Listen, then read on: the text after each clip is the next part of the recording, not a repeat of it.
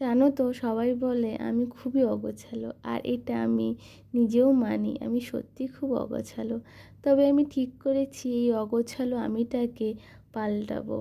আমি না একদম ঘর গোছাতে পারি না। হ্যাঁ, এটা সত্যি। আমি মেয়ে হয়েও সুন্দর করে ঘর কীভাবে গোছাতে হয় আমি সত্যি জানি না। আমি বিভিন্ন ভিডিও দেখি, কত মানুষ সুন্দর করে ঘর গুছিয়ে ভিডিও বানায়। আমারও খুব ইচ্ছা হয়, তাই আমি ঠিক করেছি নিজেকে একটু গোছালো করে তুলব।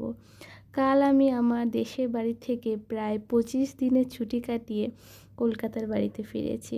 সারা ঘর অগোছালো হয়ে রয়েছে। নিজেকে বলেছি এই সুযোগ নিজেকে পাল্টানোর। তাই আজ থেকে শুরু হলো আমার আত্ম উন্নতির পথে পথ চলা। এই দেখো, এই যে ড্রেসিং টেবিলটা আমি আজকে পরিষ্কার করছি, প্রায় ধরে নাও 6 মাস বাদে আমি পরিষ্কার করছি। যখন আমার মেয়ে হয়েছিল না, তখন আমি রোজ ড্রেসিং টেবিলটাকে ঝাড়তাম। আমার সুন্দর করে সাজার জিনিসগুলো সুন্দর করে গুছিয়ে রাখতাম। কিন্তু এখন আর টাইম হয় না। ভাবি আজ করব, কাল করব। তবে আমি আজকে ভেবেছি যে আজকাল বলে কিছু হয় না, যা করতে হবে এখনই করতে হবে।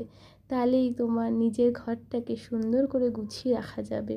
শুধু ঘর না, জানো তো, জীবনে সাকসেস পেতে গেলেও নিজেকে একটু একটু করে পাল্টাতে হবে। বদ অভ্যাসগুলোকে ছাড়তে হবে আর ভালো অভ্যাসগুলোকে অর্জন করতে হবে।